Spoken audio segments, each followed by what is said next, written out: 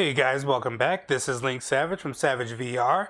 And first, I want to thank anyone who has hit that follow button on Twitch. It means a lot to me. It's fantastic.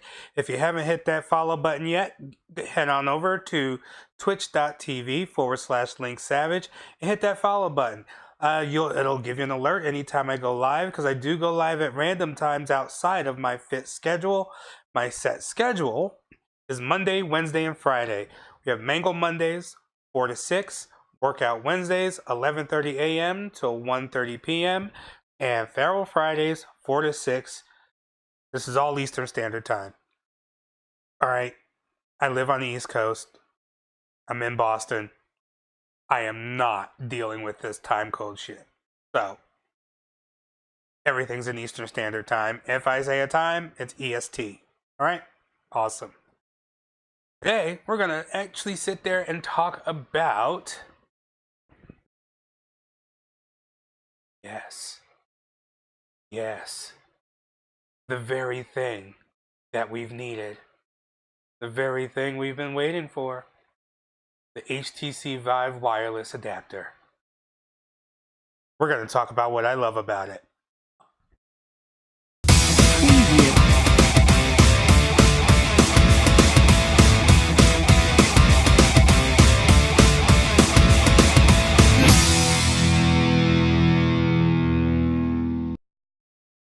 So, HTC has released their HTC Vive wireless adapter, and it is absolutely amazing. It went on pre-sale September 5th. I think pretty much everyone got them before the end of September. I think I got mine on the 24th or something, or was it the 26th? Whatever it was, I got mine 2 days after the day they said it was going to be out. So there it is. It was out. It arrived. It was easy to set up. I don't understand how people could have trouble with it. If you've installed RAM, you can install this damn thing. Right? It's a single card that goes into the computer, into a PCIe slot 1X. If you have any of the other ones, it will fit, but the 1X slot works. I've heard reports of people saying it didn't work, and there will be a what I don't like about it or what others don't like about it video, so don't worry. As you guys know, if I do a video of what I love about it, usually there's going to be a video of what I hate about it, unless I absolutely hate nothing. Not so much with this device. But what I hate really is, it would make a short video. So it's going to be about what I hate and what other people hate. Because, well, there are people out there with a lot of hate for the thing. I don't understand most of it, but I do understand some of it. Anyhow, this video is about what I love about it. Installation super easy. PCI Express card. Pop it right in. Close the computer up. Now, see, even though it took me 5 minutes to install this stuff, it really took me about an hour and a half. And that's because anytime I open my computer, I have to clean it. I have to move it around. I have to reorganize my office. I have to set things up in a whole completely different way because I'm a freaking psycho that way. But the actual installation, 5 minutes tops. Seriously. It comes with a 6-foot long cable attached to a sensor, and for some people this hasn't been enough, but for me it is more than enough. My desktop sits right next to my monitor. If your desktop is more than 6 feet away from your monitor, what the hell? Why? Why? Jesus. Anyhow, 6 feet away, it doesn't have to go that high. You put it on top of your monitor. It doesn't even have to, it's not even 5 feet high. It just has to point in the direction that you're playing. I close my door because the signal is on its own band, and it's a WiGig signal. It is super, super high bandwidth. As such, it is really easy to obscure or to lose a signal if you try to, move around an actual physical wall. But if you're playing in an open play space, or you're playing at seated position at your desk, or you're playing standing, this really is not a problem. It really isn't. 6 feet of cable, it works. It's there. I don't even need all 6 feet of it. I absolutely love that it's just a coax. I screw it in. I put this sucker on top of my monitor. It works. It works. You install software. You get the software from the website. It's a 2-second download. You install it. It's a 2-second install. And you get this really cute little window, and I'll probably put a screenshot up over here. You'll get a cute little window, and in that window, it will show you that you are connected to the device or not. That's all it does. It connects to the device and serves it up as if it was a USB device or Steam VR to then do its thing with. Now let's talk about the actual receiver. The receiver takes the signal shot out, and that signal is your HDMI video in full, I guess whatever the hell the resolution is, HD resolution, along with the audio, along with the tracking position that it sends back and takes in. I can tell you the weirdest thing about this device is that the tracking of my controllers all of a sudden fixed. All of a sudden. I was having trouble before where, one of my hands would go, ooh, way the hell off over here somewhere. And that sucks when you're playing the bow game and all of a sudden your bow starts going all the way over here. I changed USB slots. I would do the whole USB reset, everything that they ever said to fix the tracking. Nothing would work. Nothing. I'd be able to play a good while, and then all of a sudden, you get used to it after a while, you deal with it, and it's like, well, this is Gen 1, what do you expect? Deal with the bullshit. Well, given that the wireless adapter is now now keeping track of the tracking of my controllers, I mean, yes, the lighthouses are still here. The lighthouses are the things that are bouncing lights off, allowing the sensors to do their thing. But now that it's all contained here within the wireless, I have no problems. None. Zero. I have not had a single tracking issue with my controllers.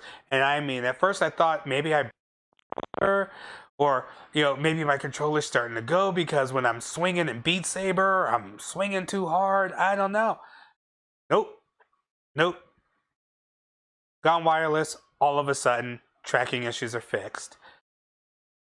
It has slots on the back that are made specifically for the deluxe audio head strap. It's not necessarily made specifically for the default fabric-y head strap, but it's made to fit on it, but it doesn't have this extra layer of padding. So they're having people talking about, feeling the heat from this thing. I use a deluxe audio strap, and it has a little slot that just slides on like that. It's really neat, just slides on. And you have the plastic and the padding in between, and a bunch of Velcro that just Velcros it on. It's simple. It has 3 cables that plug into the front for your power, HDMI, and your USB. Those plug into the front of the headset and then into the front of the receiver back here. In the back, a single cable comes out, goes to a HTC supplied QC 3.0 battery. This is important, and it is going to be something you want to remember in a future video that I do regarding this battery. This battery also finds its way onto the things that I hate, but that's not what this video is about. So it goes to the battery, you plug it in, you turn the battery on, the software says, hey, I need to pair something. You press the button, paired, done, paired, done. You don't have to go, to BIOS anything. You don't have to install any crazy drivers, none of that. It just automatically detects. This is, I guess, what kind of makes it cool if you want to use multiple headsets with just, I guess, the one transmitter or whatever, because the transmitter will just pick up the headset. It's absolutely fantastic and easy to use. I have not had a single problem actually using the wireless headset. I've had no issues of frame drops that were a result of the headset. See, this is important. That were a result of the headset. I didn't have any frame drops from it. When it comes down to the actual quality of the video that I'm getting, I don't see much of a difference. And what do I mean by much? There are some games where the action is really fast, the particles are hard and heavy, and I can see a little bit of the compression happening right there, but it's not a constant. It might be for a split second and then it goes away. Absolutely amazing. I can move about the entire room. You do not know freedom, and that's the next part that I want to talk about.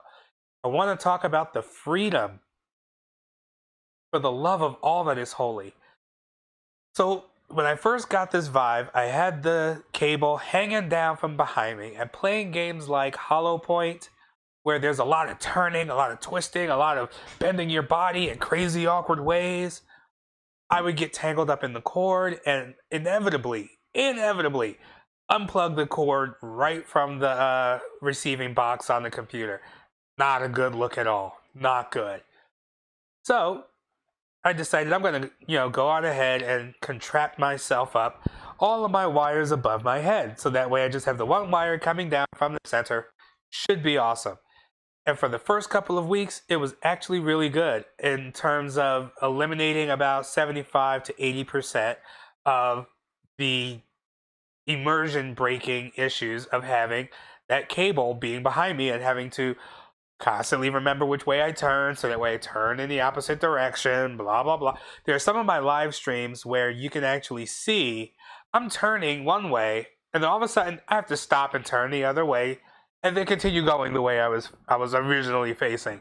And that's because I got turned around and I had to undo the cable. So this was great. About 75% of the issue resolved. Awesome. Well, it also introduced, there's another 20 to 25%. And what that is that you still have a cable back here. Okay, now these are retracting, so they come up, they come down, but there's still a tug before they do anything. First off, immersion braking, you feel the tug immediately as you're trying to move around or bend down.